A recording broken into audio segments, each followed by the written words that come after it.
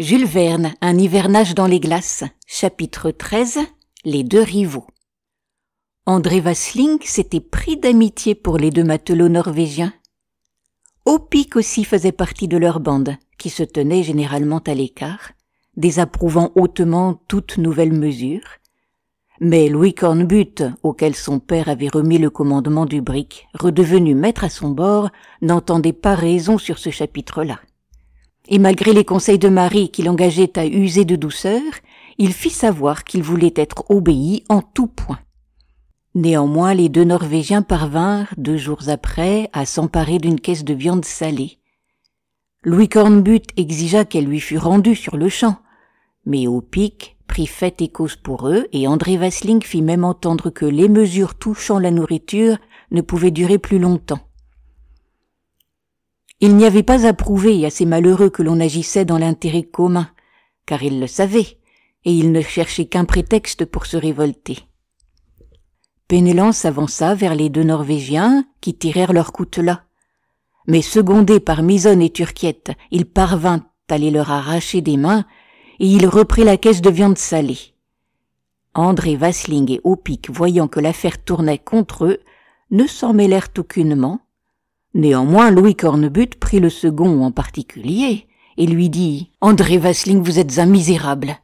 Je connais toute votre conduite et je sais à quoi tendent vos menées.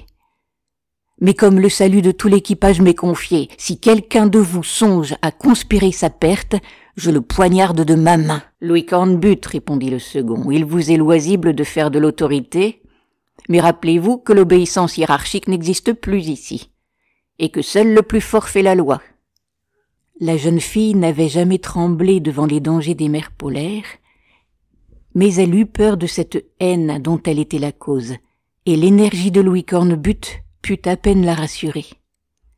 Malgré cette déclaration de guerre, les repas se prirent aux mêmes heures et en commun. La chasse fournit encore quelques ptarmigans et quelques lièvres blancs, mais avec les grands froids qui approchaient, cette ressource allait encore manquer. Ces froids commencèrent au solstice, le 22 décembre, jour auquel le thermomètre tomba à 35 degrés au-dessous de zéro. Les hiverneurs éprouvèrent des douleurs dans les oreilles, dans le nez, dans toutes les extrémités du corps. Ils furent pris d'une torpeur mortelle mêlée de maux de tête et leur respiration devint de plus en plus difficile. Dans cet état, ils n'avaient plus le courage de sortir pour chasser ou pour prendre quelque exercice.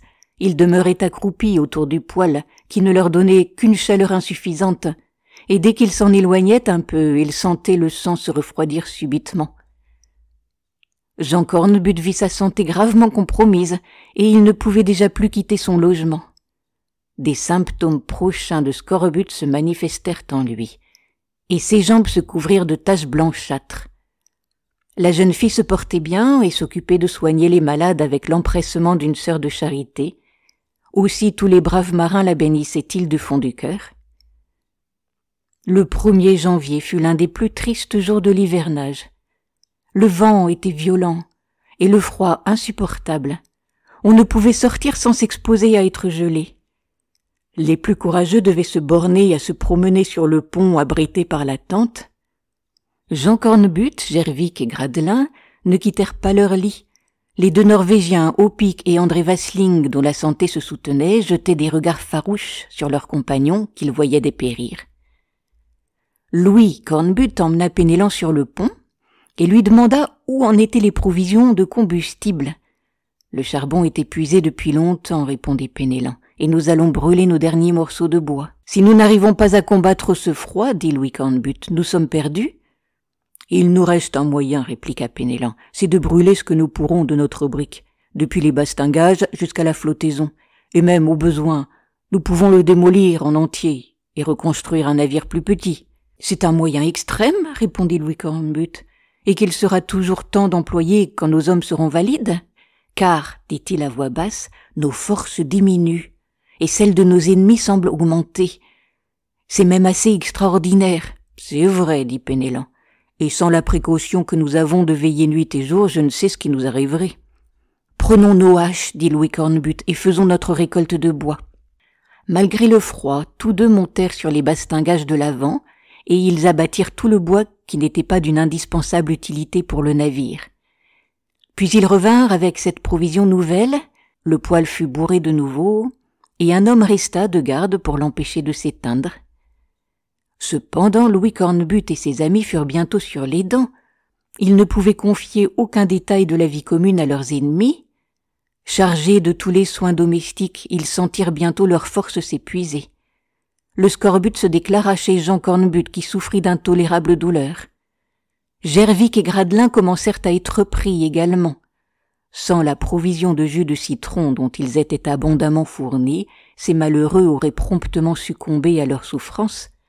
Aussi ne leur épargna-t-on pas ce remède souverain.